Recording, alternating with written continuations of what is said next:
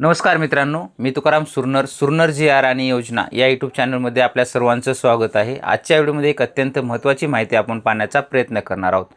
तो म्हणजे मुख्यमंत्री माझी लाडकी बहीण योजना ई-केवायसी संदर्भातील जी आर।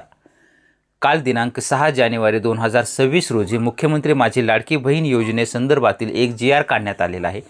त्या जी आरनुसार आता तुमची जी काही ई-केवायसी केलेली आहे त्या महिलांना मोठा दिलासा मिळालेला आहे। परंतु ज्यांनी अद्यापही ई-केवायसी केलेली नाही आहे, त्यांचे पैसे आलेले नाही आहेत, मग त्यांच्यासाठी ई-केवायसी करता येईल का? किंवा ज्यांचे पैसे ई-केवायसी करूनसुद्धा आलेले नाहीत त्यांच्यासाठी नेमकं कशा पद्धतीनं आहे? किंवा हा जी काही ई-केवायसी करायची आहे त्याची शेवटची तारीख किती आहे?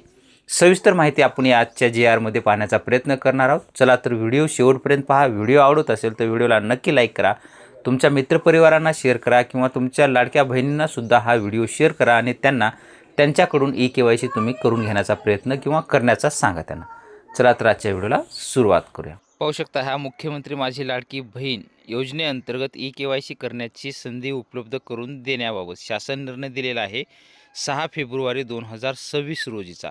नेमकं याच्यामध्ये आता काय केलं जाणार आहे त्याच्यामध्ये जर पाहायचं झालं तर 31 डिसेंबर 2025 ही ई-केवायसी करण्याची शेवटची तारीख देण्यात आलेली होती। परंतु त्याच्यामध्ये जर झालं तर जे काही प्रश्न देण्यात आलेले होते त्यांच्यामध्ये मोठा घोळ झालेला होता, त्याच्यात मोठ्या प्रमाणात चुका झालेल्या होत्या। म्हणून काय केलेलं होतं तर त्यामुळे योजनेतील निकषाच्या अनुषंगानं सदर लाभार्थी जे काय असतील महिला त्यांची सखोल तपासणी करून त्यांची पात्रता अपात्रता जे काय असेल ते प्रत्यक्ष पडताळणी म्हणजेच फिजिकल व्हेरिफिकेशन करण्याबाबतचा शासन निर्णय 20 जानेवारी 2026 रोजी काढण्यात आलेला होता। परंतु त्याच्यामध्ये ती पडताळणी करणं वगैरे मोठ्या प्रमाणामध्ये लांब प्रोसेस असल्याकारणानं तात्पर जी काही योजना सुरू व्हावी, अपात्र महिला जे काही झालेले आहेत त्यांना लवकरात लवकर पैसे मिळावं ह्याच्यासाठी ऑनलाईन करण्याची जी काही पुन्हा एकदा सुधारणा करण्याची संधी देण्यात यावी अशी मागणी योजनेच्या लाभार्थ्यांकडून किंवा क्षेत्रीय कार्यालयाकडून करण्यात येत होती। आणि त्याच अनुषंगानं ई-केवायसीमध्ये पुन्हा एकदा सुधारणा करण्याची जी काही संधी उपलब्ध करून देण्याबाबतचा हा शासन निर्णय काढण्यात आलेला आहे।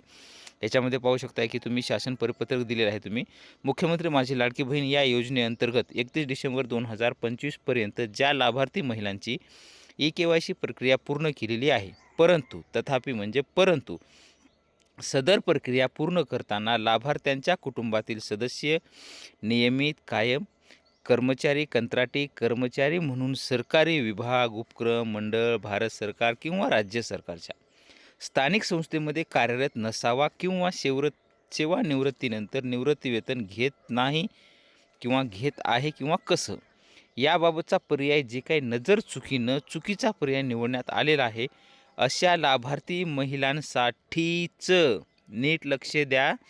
ज्यांनी चुकीचा पर्याय किंवा ज्यांनी ऑलरेडी केवायसी केलेली आहे त्यांचा पर्याय चुकलेला आहे परंतु सद्यस्थितीला पैसे त्यांचे बंद झालेले आहेत अशा लाभार्थी महिलांसाठीच दिलेलं आहे। म्हणजे फक्त त्याच महिलांसाठी ऑनलाईन ई-केवायसीमध्ये पुन्हा एकदा सुधारणा करण्याची संधी 31 मार्च 2026 पर्यंत उपलब्ध करून देण्यात येत आहे। अशा संबंधीचा हा जी आर काढण्यात आलेला आहे। तर अशा पद्धतीनं संपूर्ण जे काही आपण पाहिलेलं आहे जी आरमध्ये सांगण्यात आलेलं आहे की फक्त लाडक्या बहिणींना ज्यांनी ई-केवायसी ऑलरेडी केलेली आहे त्या महिलांसाठीच चा उल्लेख केलेला आहे तिथं। त्याच पद्धतीचा म्हणजेच ज्यांनी ऑलरेडी ई-केवायसी केलेली आहे परंतु अद्याप त्यांचे पैसे आलेले नाहीत अशा लाडक्या बहिणींनाच फक्त ई-केवायसी करण्याची संधी देण्यात आलेली आहे। म्हणजे परत एकदा लाडक्या बहिणींवरती हा एक विश्वासघात केल्यासारखा आहे की कारण की ई-केवायसी करायची दिलेली आहे तर मुदत जे काही राहिलेल्या महिला आहेत त्यांनासुद्धा द्यायला पाहिजे होती, परंतु ज्यांनी केलेली आहे त्याच्यामध्ये चुका झालेल्या असतील फक्त त्यांच्याचसाठी ती दुरुस्त करण्याची संधी ह्या जी आरमधून देण्यात आलेली आहे। अशा पद्धतीचं हे जी आरच्या संदर्भातील एक अपडेट होतं। आणि नवीन जर फक्त लाडक्या बहिणीसाठी ज्यांची ई-केवायसी राहिलेली आहे त्यांच्यासाठी जर काही अपडेट आलं तर नक्कीच आपल्या चॅनलवरती आपण देण्याचा प्रयत्न करणार आहोत। व्हिडिओला लाईक करून ठेवा, या चॅनलला सुद्धा सबस्क्राईब करून ठेवा जेणेकरून ते अपडेट आल्याच्या नंतर तुम्हाला आपल्या चॅनलवरती पाहायला मिळेल। भेटूया नवीन माहितीसह नवीन व्हिडिओमध्ये। धन्यवाद।